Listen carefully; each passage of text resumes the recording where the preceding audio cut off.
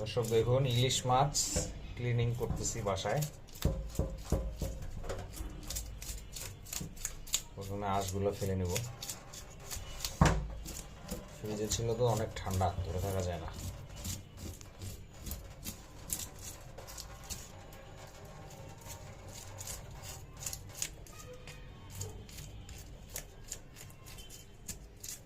এই যে ইলিশ মাছটা রান্না হবে গাছের ঝিঙ্গা দিয়ে। ঝিঙ্গাটা কই, ঝিঙ্গাটাও একটু দেখাও। এই যে আমাদের ছাদ বাগানের ঝিঙ্গা, আর এই যে ইলিশ মাছ, এটা দিয়ে রান্না হবে আজকে।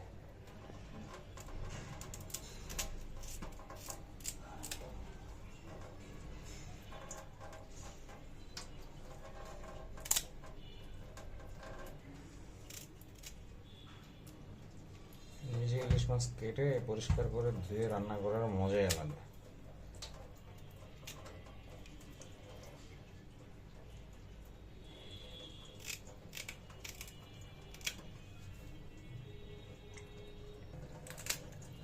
মাছের কাঁটাটা ফেলে দিতে হবে, কারণ মাছ শ্বাস প্রশ্বাস নেয় এটা দিয়েই।